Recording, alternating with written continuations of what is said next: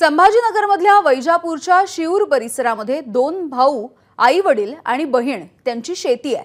या कुटुंबाची फसवणूक झाली आहे। मात्र याच्या सर्व शेतीवरती अज्ञात व्यक्तीने पीक विमा भरून आपला खाते क्रमांक टाकून फसवणूक केल्याचा प्रकार समोर आलाय। या शेतजमिनीवरती गेल्या अनेक वर्षांपासून त्यांना पीक विमा मिळत नव्हता। कामाचा व्याप जास्त असल्यामुळे त्यांनी सुद्धा याकडे लक्ष दिलं नव्हतं। मात्र काही महिन्यांपूर्वी त्यांनी या संदर्भात पीक विमा कंपनी आणि कृषी अधिकारी कार्यालयामध्ये तक्रार केली आणि त्यानंतर ही बाब समोर आली।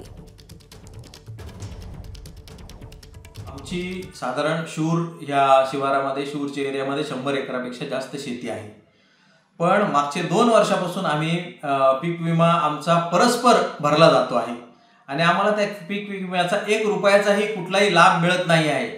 त्यामुळे या वर्षी आम्ही ठरवून मागच्या साधारण 1.5 ते 2 महिन्यापासून वारंवार कृषी अधिकाऱ्यांकडे तक्रार करून अर्जफाटे करून मग शेवटी असं लक्षात आलं की आमच्या नावावर कोणीतरी दुसराच माणूस पीक विमा तिथे भरतो आहे आणि त्याचा आम्हाला कुठल्याही पद्धतीचा लाभ मिळत नाही आहे।